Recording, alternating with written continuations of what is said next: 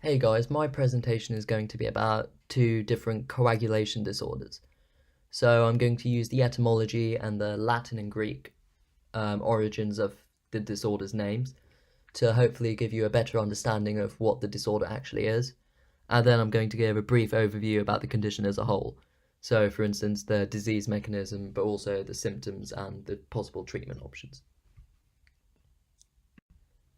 So the first disorder I'm going to be talking about is idiopathic thrombocytopenic purpura. Now, if we look at the etymology behind each individual word, we can break it down. So for idiopathic, idio originates from the Greek idios, meaning one's own, and pathic originates from the Greek pathos, meaning suffering. And that's the same root as the word pathology, for instance. So that would literally mean one's own suffering. However, it's more supposed to mean a suffering of its own separate kind, which explains why a idiopathic disease is one of an unknown cause. If we look at thrombocytopenic, thrombo originates from the Greek thrombos, meaning a lump, but that became used to mean blood clot in the early applications of ancient Greek medicine. Cyto originates from the Greek koutos, meaning container, but we know that cyto is used to refer to things to do with a cell. So, for instance, cytoplasm or lots of cells end in cyte, for instance, lymphocyte. Penic originates from the Greek penia, meaning a poverty or lack of. And purpura is more self-explanatory. It originates from the same word in Latin, purpura, which you can see the clear root meant purple. So if we sort of piece our breaking down of the etymology together, we can gather that idiopathic thrombocytopenic purpura is a purple discoloration due to a lack of blood clotting cells, aka platelets, and that is all due to an unknown cause. And if we compare that to the actual definition, we can see we're not far away. It's an autoimmune disease of unknown etiology, and if we look at autoimmune, autos is Greek for self, so an autoimmune condition is where the immune system is fighting against itself, the body's own cells and tissues, essentially.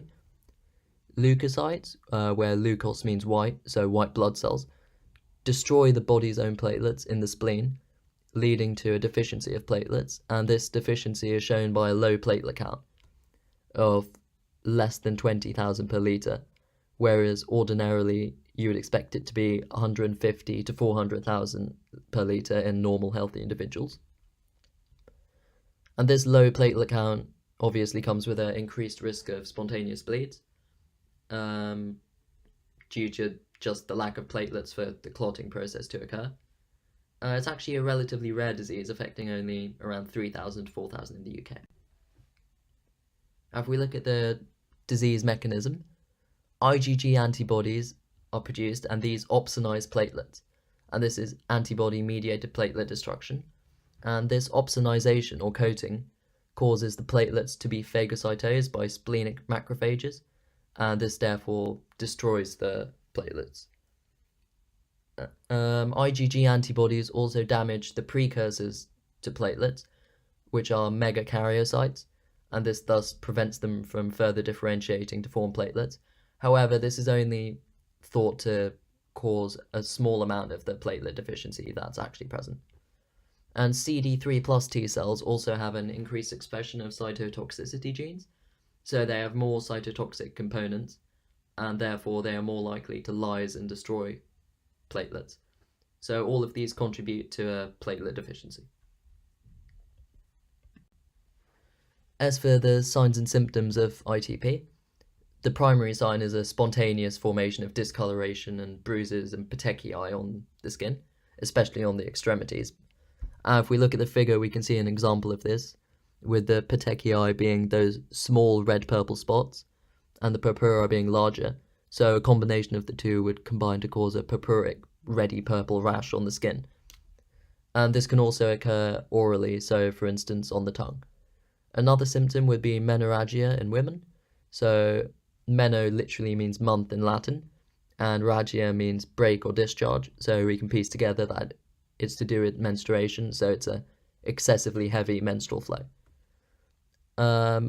Another symptom would be bleeding from the gums or nostrils, so excessive nosebleeds and gum bleeding as well. And people with ITP would also feel more tired, so fatigue is a symptom, and as well as general malaise and possibly confusion. If we look at the different treatment options, the primary line, especially in the NHS, is to use corticosteroids, so for instance, oral prednisolone, and this actually prevents the immune system from destroying its own platelets through immunosuppression. Therefore, you could also use other immunosuppressant drugs. You would use platelet transfusions as well. However, this is only for immediately life-threatening bleeds, where the platelet count is dangerously low right then. So this would artificially increase the platelet count to normal, but the body would still destroy these new platelets quickly, so it's not a long-term solution. You would also use intravenous immunoglobulin injections, and these extra antibodies supposedly stop the leukocytes from destroying its own platelets. A splenectomy is also a common treatment option, with ectomy originating from the Greek ek, out, and temno, cut, so removal of the spleen. And the spleen is responsible for the platelet destruction, as we discussed earlier. So removing the spleen would therefore prevent this destruction and increase platelet circulation in the blood, hopefully.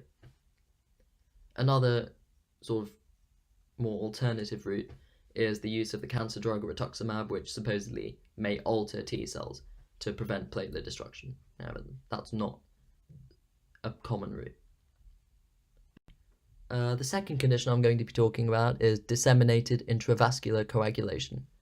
So if we look at the etymology again, disseminated originates from the Latin verb dissemino, meaning I scatter. Intra, we know, means inside or within.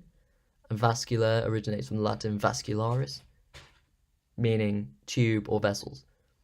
Coagulation originates from the Latin verb cogo, meaning I bring together, gather, or collect. So we can piece together again that it's the sort of scattering of blood clots throughout the tubes of throughout the vessels of the body. And if we look at the definition, again, we're not far off, where blood clots form throughout small blood vessels in the body. And this would therefore cause obstruction and occlusion of these small blood vessels, possibly. And this disrupted blood flow could lead ultimately to multiple organ failure and organ damage as well. And however, DIC also causes clotting factors and platelets to be used up unnecessarily. So this would therefore lead to systemic excessive bleeding, where the body lacks the factors and platelets to actually clot when it's needed. However, DIC is actually quite a very rare disease indeed, occurring in approximately 1% of hospital admissions. As for the causes of DIC, a major one is obstetric complications.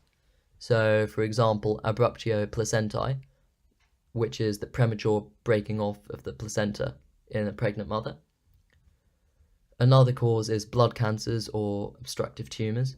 So, a major example of this is acute promyelocytic leukemia. Transfusion reactions are another cause. So, for instance, we've seen in lectures ABO incompatibility hemolytic reactions, and that would be another cause. Tissue injury, for instance, severe trauma or burns, would also be another cause. And etymologically interesting tissue injury is rhabdomyolysis, where rhabdo originating from the Greek rhabdos, meaning rod, myo, muscle, lysis, disintegration or breaking or splitting. So rhabdomyolysis is literally the rapid disintegration of striated muscle tissue. And as for the signs and symptoms, there would be multiple bleeding sites, bruising of the skin and mucous membranes, ischemia, so literally the stopping of blood flow, the blockage due to, and sudden onset high fever, which would also be associated with malaise and general fatigue. As for the treatment options, a primary treatment option is the transfusion of platelets or fresh frozen plasma. You could also use anticoagulants, however, for instance, heparin, it's not used widely due to the increased bleeding risk. Another option is cryoprecipitate. So cryo literally means cold in Greek, from kruos. And so this is, again, frozen blood proteins. However, it's more concentrated than fresh frozen plasma.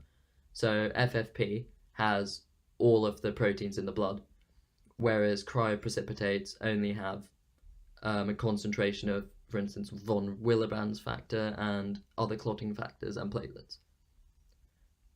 So that was just a quick summary and using the etymology to explain those two conditions. Thanks for watching, and if you have any questions, please let me know.